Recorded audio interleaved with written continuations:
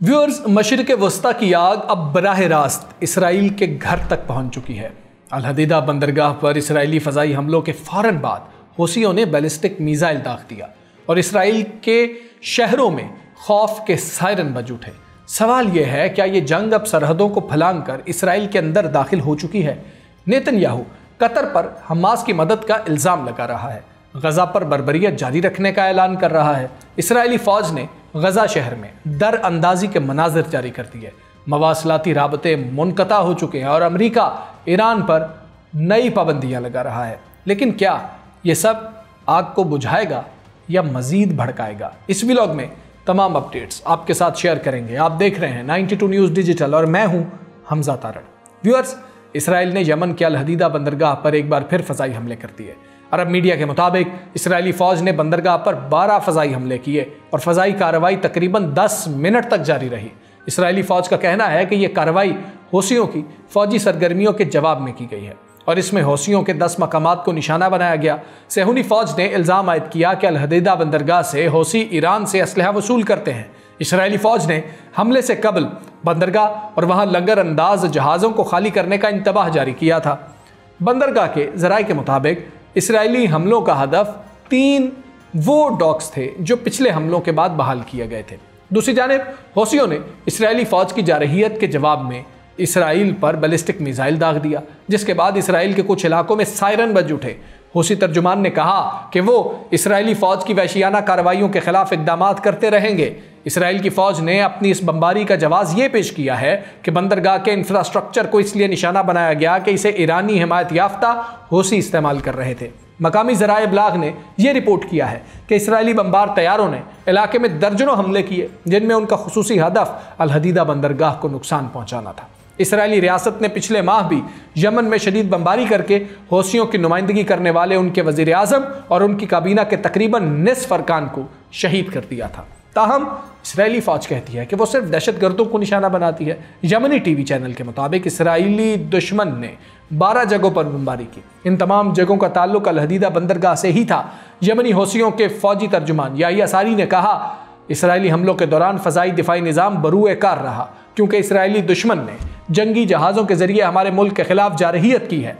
Israel फ़ौज का कहना है कि उसका निशाना इंफ्रास्ट्रक्चर से मुताल्लिक जगहें और हौसी रजीम से मुताल्लिक या उनके ज़ेरे इस्तेमाल अशिया थी, जिनमें बंदरगाह हथियारों की सप्लाई का निज़ाम और दीगर अशिया शामिल थी। इसराइली फ़ौज के अरबी ज़ुबान के लिए तर्जुमान ने इस बमबारी से पहले ख़बरदार किया था कि इसराइल हमला करेगा और दुश्मन को जवाब देगा। सोशल मीडिया प्लेटफॉर्म एक्स पर इसराइली वज़ीर दिफ़ा के दिए गए एक बयान में कहा गया है कि हम खबरदार करते हैं, हौसियों को मुसलसल मसाइब और इन हमलों का सामना करना पड़ेगा और उन्हें भारी और दर्द आमेज़ कीमत अदा करना पड़ेगी, ताकि उन्हें हर उस हमले का मज़ा चखाया जा सके जो उन्होंने इसराइली रियासत पर करने की कोशिश की है।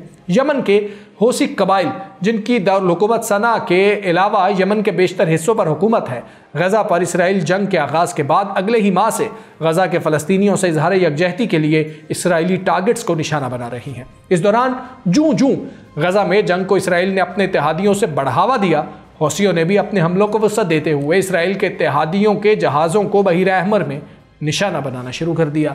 हौसी इसराइल के अलावा अमरीका और बरतानिया वगैरह के भी बदतरीन बमबारी का निशाना बनाते रहे कि उनके इंफ्रास्ट्रक्चर और असलहे के डिपुओं को तबाह किया जा सके और उनकी जंगी सलाहियत को कमज़ोर किया जा सके। ताहम यमनी हौसी अब तक लड़ रहे हैं और अब वो इसराइल के अंदर भी मिसाइल से हमला करने की पोजीशन में आ चुके हैं। बुध के रोज़ इसराइल ने हौसी फ़ज़ाइया पर हमले किए। सना से ताल्लुक़ रखने वाले मीडिया के मुताबिक सना के अलावा जाफ सूबे को भी इसराइली फ़ौज ने बतौर ख़ास पिछले बुध को निशाना बनाया था। उसके नतीजे में 46 यमनी शहीद हुए और 160 से ज़ायद ज़ख्मी हुए। अगस्त में भी इसराइली बमबारी का सिलसिला दारुल हुकूमत सना पर जारी रहा और वज़ीर आज़म अहमद गालिब नासिर 9 वज़ीरों और काबीना के 2 हुकाम समेत शहीद हो गए। इसराइली हमलों के नतीजे में वज़ीर आज़म और काबीना के दीगर अरकान को निशाना बनाकर कत्ल किया गया और ये हौसियों का अब तक का हाई प्रोफाइल जानी नुकसान था।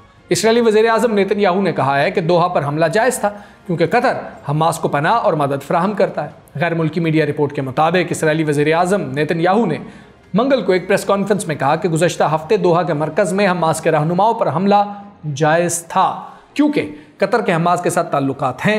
नेतन्याहू ने कहा कतर हमास से जुड़ा हुआ है, कतर हमास को तकवीयत देता है, कतर हमास को पनाह देता है, कतर हमास को फंड फराहम करता है, कतर चाहे तो हमास को रोक सकता था। कतर के पास हमास पर दबाव डालने की ताकत थी, मगर उसने ऐसा नहीं किया।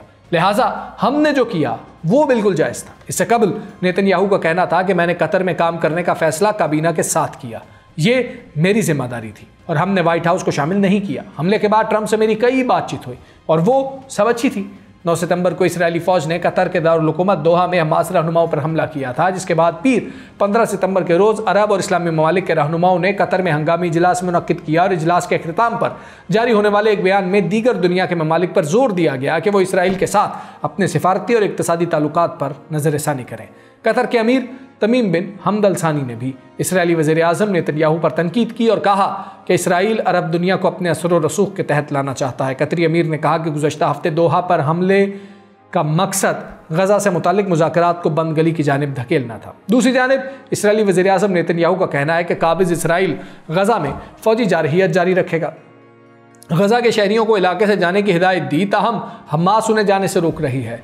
इसराइली वज़ीर आज़म नेतन्याहू का कहना था कि 7 अक्टूबर 2023 के हमास के हमले से हासिल होने वाले अस्पाक ने एक आज़ादाना हथियार साज सनत कायम करने की ज़रूरत साबित कर दी है, ताकि बैनुल अक़वामी पाबंदियों के सामने भी काबिज़ फ़ौज साबित कदम रह सके।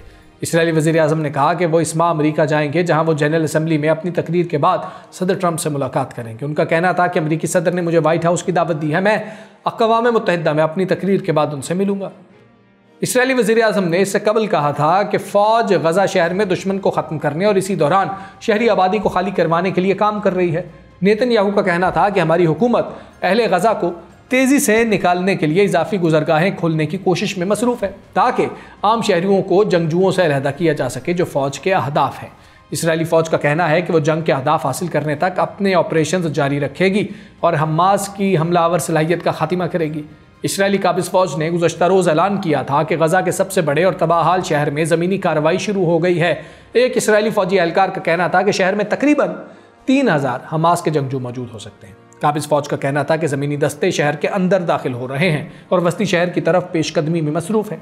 इसराइली फ़ौज ने गजा शहर पर हमले के दूसरे रोज़ अपनी ज़मीनी कार्रवाई की वीडियोज़ जारी की हैं। फ़ौज ने बुध को बताया कि उसकी फोर्सेस गजा शहर के अंदर मज़ीद पेशकदमी कर रही हैं। उसके मुताबिक बटालियन 98 और 162 ने ऑपरेशन के तहत कार्रवाई शुरू कर दी है। इसराइली फ़ौज का कहना है कि उसके दस्ते इन इमारतों को तबाह कर रहे हैं जो हमास अस्करी मकासद के लिए इस्तेमाल कर रही थी। फ़ौजी बयान के मुताबिक गुज़श्ता 2 दिनों में फ़ज़ाइया और तोपखाने ने ज़मीनी फ़ौज की मदद के लिए शहर में 150 से ज़्यादा अहदाफ को निशाना बनाया। इसराइली फ़ौज ने ऐलान किया है कि गजा शहर से निकलने के लिए आर्जी रास्ता कायम किया गया है।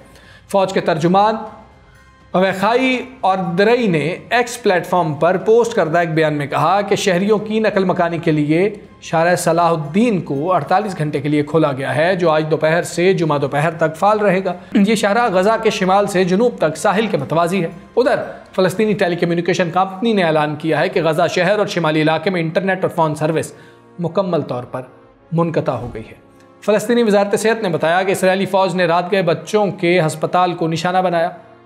इमारत की बालाई मंजिलों पर 3 बार हमले किए गए। यह अस्पताल गजा में कैंसर, गुर्दों के अमराज और सांस और हाजमे के अमराज समेत बच्चों के खुसूसी इलाज का वाहिद मरकज़ है। बमबारी के बायस आधे मरीजों को इलाज छोड़कर अस्पताल से निकलने पर मजबूर होना पड़ा। गजा शहर पर इसराइली कब्जे के ऐलान के बाद फ़ज़ाई और ज़मीनी बमबारी में तेज़ी आई है, जिसके नतीजे में गुज़श्ता चंद घंटों में 100 अफराद हलाक हुए हैं, जबकि आज मज़ीद 30 अफराद शहीद हुए हैं। इसराइली वज़ीर दिफ़ा ने खबरदार किया है कि गजा को मुकम्मल तौर पर तबाह कर दिया जाएगा और ये हमास के लिए कब्र का निशान साबित होगा। नेतन्याहू ने गुज़श्ता रोज़ हमास को मुतनब्बे किया कि अगर यरगमालियों को नुकसान पहुंचा तो हमास को इंतहाई सख्त अंजाम का सामना करना पड़ेगा। उनके मुताबिक अगर किसी यरगमाली को ज़रा सा भी नुकसान पहुंचा तो कार्रवाई की शिद्दत बढ़ा दी जाएगी। नेतन्याहू ने मज़ीद कहा, हमास यरगमालियों को इंसानी ढाल के तौर पर इस्तेमाल करेगी तो भारी कीमत अदा करेगी। इसराइली यरगमालियों के अहले खाना ने अपनी शदीद तशवीश जाहिर करते हुए कहा है कि हुकूमत उनकी ज़िंदगियों को ख़तरे में डाल रही है।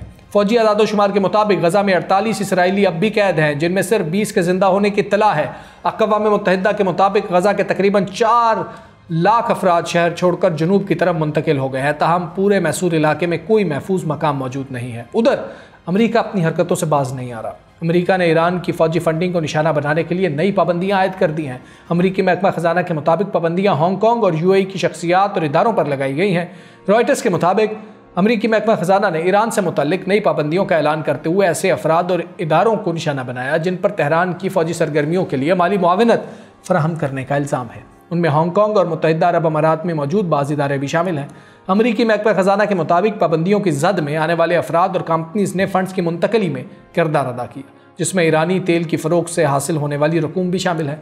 ये रकूम ईरान की फ़ौजी फ़ोर्स, इस्लामी इनकलाबी गार्ड कोर, कुद्स फ़ोर्स और वजारत दिफा और मुसल्लह अफवाज लॉजिस्टिक के इस्तेमाल में लाई गई। अमेरिकी बयान में मजीद कहा गया कि ईरान के शेडो बैंकिंग नेटवर्क्स गैर कानूनी माली सहूलतकारों के जरिए चलाए जा रहे हैं जो बैनुल अक़वामी मालियाती निज़ाम का गलत इस्तेमाल करते हैं।